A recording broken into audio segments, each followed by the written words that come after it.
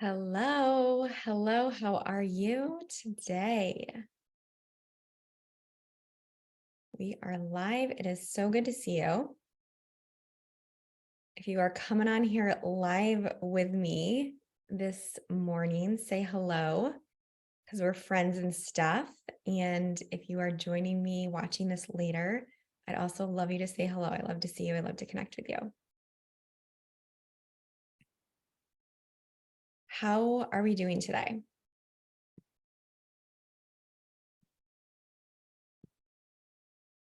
Today, I would love to talk about understanding more of intuitive eating.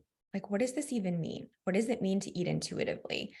Do I need to count calories? Where do macros come in, right? There's so much information, misinformation, and it can feel very overwhelming around what the best thing for you is, right? So let me know if this is something that you are confused by, if this is something that you've heard. What is your perception of intuitive eating? I genuinely would love to know where you are at with this terminology in your life. So, and this is something I think can be so helpful this time of year because there's so many opportunities that we're eating outside of our maybe comfort zone or outside of our typical routine in our day and our life. And this is where these tools can be so, so helpful. So here's the thing. We are born eating intuitively, like innately in our bodies when we are born. We know how to eat naturally. We know what our body needs. We can sense what that looks like. The problem is that we have experiences. We have been taught and modeled and shown, and our environment has created different types of belief systems, different types of patterns. So, in your household, if you grew up having cereal every morning for breakfast, typically it was mac and cheese for lunch or something out of a box or can, and then dinner, hamburger helper, something again, or ordering out a lot. There wasn't a lot of cooking that you were around or experienced. Completely no judgment, no judgment at all. Everybody's doing the best they can. But you also have to understand if this is what you've been exposed to for 20 years of your life, then that could feel intuitive to you. It could feel like, okay, what do I want? I want macaroni and cheese. But maybe that's not exactly what your body's really needing. It's just what you know. It's what you've been exposed to. It's what you've been modeled, right? So understanding that is foundational because this is where I struggle with like the extreme ends of you're either eating intuitively or you're counting calories, right? Again, it's that very dichotomous thinking of you're doing one or you're doing the other. And what often I will do with clients in the beginning is to really explain to them what their nutrition needs are based on their age, height, weight, gender, activity level, understanding what your basal metabolic rate is, how many calories your body needs at rest to survive, to function optimally. And then you're adding an activity factor with that. This is very individual. So this is where just blankly prescribing nutrition stats to you, which is often, unfortunately, what I see is doing you a tremendous, tremendous disservice. And it's really creating this poor relationship with food because say that you've been given a nutrition plan that is 1,400 calories and whatever the macronutrient breakdown is. But 1,400 calories is how many calories that your body needs at rest for survival, for your heart to beat, your lungs to breathe, your brain to function, your body just to function, basic needs. So if you're laying in bed, you're not doing anything. You're not even like thinking or trying to go about your day and navigate problems and solve problems, which takes energy, or just getting up and walking or moving. This is baseline. Most women, this is general, but most women's metabolic rate is around 1,400, even 1,500 calories in general. This is very, but that just puts it in perspective. If you are believing this is how much you need to eat to lose weight, if that is your goal, this is literally setting you up to fail and to create an awful relationship with food and not to trust your body. This is the biggest factor. Your body is brilliant and knows exactly what it needs, but because you have experienced so many extreme restrictive plans in the past, it can feel very confusing and you don't trust yourself anymore. So you hear these signals from your body and you have these cravings and you can maybe feel hunger, maybe you don't, but you don't know how to respond appropriately. It feels scary, right? Let me know if you resonate with this. Does it feel scary sometimes to have these overwhelming cravings or to be absolutely ravenous or not really understand how to eat when you're working out or after you're working out? Let me know if you feel this way, because oftentimes you're just maybe told, again, a prescriptive amount of calories. And this is again where that negative relationship with calories comes from.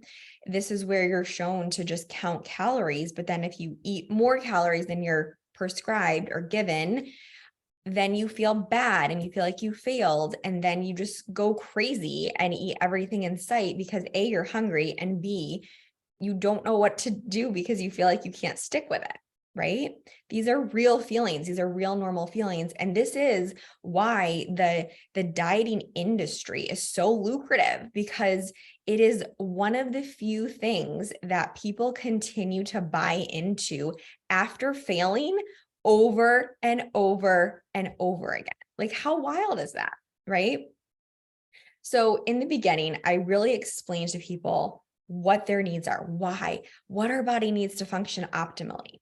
And then depending what your goals are, we look at this, okay, if we are looking to lose weight, then we need to create a mild calorie deficit. This does not need to be a significant amount of calories. It needs to be enough that you're feeling fueled and satisfied, but less than you need to maintain your current weight. If you're looking to maintain your weight, then we're looking to understand what that means to you. If you're looking to gain weight, we're looking to see what that means to you. And then breaking this down with appropriate carbs and protein and fat, but also breaking this further into how meal composition looks, how snacks look, how this looks in your schedule and your routine. Maybe you're someone that needs to have meals on the go in the morning for breakfast, that you need to bring it with you. So it needs to be a portable option. So if this prescription is giving you a diet plan, but it's something that you can't bring with you, then of course you're going to feel frustrated and not do anything because it feels unrealistic for your life, and it probably is. So first we have to basically unlearn all of these things that you've been taught. So maybe you've been taught that carbs are bad, eliminate sugar, don't eat gluten, don't eat dairy, and then you try to do those things. You feel even more confused, even more hungry, even more out of control with food. You don't notice anything really different, and you feel more frustrated. Most of the time, these food groups are not the problem. It's the quantity we're having of them, because maybe you're very extremely restricting these foods, these categories of foods, and then you overeat them. So you're going from like one extreme to the other, and your body is just very confused. And this is also where we can see these huge fluctuations in weight. If you're that person's like, I see bread and I gain 5 pounds. There's a reason that if this is genuinely happening, like you eat carbs and the scale literally goes up an extreme amount, like 5-7 pounds in a very short amount of time, this means that your body does not feel safe. It means that you are very restrictive with carbs, specifically carbohydrates store water with them in our body biologically. So if you're restricting carbs for a week, for weeks, and then you have carbs, your body is going to say, oh my goodness, I have not had this energy supply and I don't get enough of what I need on a regular, consistent basis. So I'm going to hold on to this. And I'm also storing water with this because that's how I metabolize this macronutrient. And then we see this fluctuation and we feel like we gained weight overnight, which isn't the case. Your body is just not in a place of homeostasis. It's not in a place of balance. It's not in a place of trust. It's not in a place of rhythm and regularity. It doesn't trust what it's getting on a day-to-day basis. So it's going to respond in very, what feels like dramatic ways. And that leads to maybe not trusting yourself or your body, both physically and mentally, right? So can you see where this can be a very toxic and challenging spiral when we get into this place of the extreme way of doing things one way or the other? So when it comes to eating intuitively in real life, this is really about slowing down, pausing, checking in with yourself more often, rather than just in the beginning. Like I said, I'm teaching people how to eat in a way that their body feels nourished and satisfied. And in the beginning, this does require you to be more aware and involved in portions of food and meal composition and calories and how many carbs you need and how much protein you need at meals, because again, we're learning what this means for your body. We're unlearning what it doesn't mean. And then once you establish what that looks like in your life, then you can start to move to this place where you can more intuitively understand what's happening in context of your life and the whole picture, because you know what works for you. You know how to build a meal that's satisfying, that's sustaining. You know how this looks in your schedule and your routine. And then you can start to move away from those methods of tracking or understanding how nutrition looks in your life and do this in real life without having to track things or to have to write things down as intentionally. So ultimately, we're really recognizing how you want to feel ultimately versus immediate gratification. And this comes to more of the psychological piece of things. Oftentimes, eating can be very reactive. It can be grabbing. You're multitasking while you're doing a million things and just like stuffing food in your face, versus being intentional and thoughtful and aware, right? Very two different ends of the spectrum, very different vibes, very different feels. So it's not always what you're eating. It's not always just what the composition of the meal is or what the food is that you're eating at that time. It's about what your body is needing and how you can solve that problem, whether it's through food or whether it's through another outlet. So maybe if you're genuinely hungry, then food is going to solve that problem. But if you're not hungry and you're maybe looking for comfort, or you're bored, or you want a distraction, or you have some emotional feeling around that, and maybe your whole life you've used food to solve that problem of comfort, of boredom, of distraction, even though there's no hunger component involved in that feeling, which is very common, we have to really dig deeper into this and say, okay, so what is the problem I'm trying to solve? If it's not hunger, what am I feeling? If it's comfort, maybe sometimes food can be that outlet for you. But if it's the only outlet that you have to solve comfort, then it can be a problem, right? Then we can feel like we're constantly overeating if we're constantly looking for comfort. So we have to have other tools, other things in our toolbox that we can utilize to provide this same feedback, the same response, the same reward that we're looking for. So essentially, there's a cue that happens, there's a routine or a behavior, and there's a reward you're looking for. So you have to stop and say, okay, there's a cue. What is the cue? I'm feeling bored. What is the routine or behavior that I use to solve this? If you always go to the kitchen to grab something to eat, this is what we have to change, is this behavior here, but we have to get the same results. So what other thing can you replace here to get the same result of feeling this sense of warm and cozy and protected and safe and all those feelings that comfort is asking for? Maybe that is getting some like cozy clothes on and a warm blanket or a weighted blanket, lighting a candle, making something warm, like a cup of tea, reading a book that feels like it's an escape to like the beach or somewhere, or calling a friend or someone that really supports you. There's a whole list of things. And this is what I'm working with people to go through because it has to resonate with you. It has to be something that genuinely provides this feedback here. So the other day, I could tell my body was wanting carbs.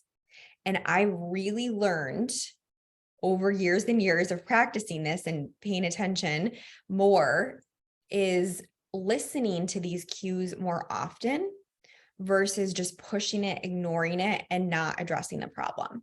So again, we have to look at the big picture. Okay, so what did my last meal look like? Did I have enough carbs earlier in the day? Did I work out today? Did I get enough sleep? Is my cycle starting soon? All of these factors affect how we feel and the choices that we're making and what our body's needing. And if we push off these cues, so maybe you're genuinely hungry or you're feeling like, I do like actually really want this food, but you're just like pushing it off and not really addressing it. Oftentimes down the road, this will lead to overeating that food in a very uncontrolled way or out of control way. So in this example, I was really wanting chocolate. And I would say this definitely doesn't happen all the time. For me, it's more so I can notice that it's definitely related to before my cycle starts. It's more of an increase in appetite in general. And sometimes it's related to carbs. I'm just hungrier in general. And again, I'll notice too with activity level, if I'm more active than the prior day, even, I'll be hungrier. And that's just how we have to look at this, is not that, why am I hungry today? What's wrong with me? This is, something wrong. No, your body's communicating with you.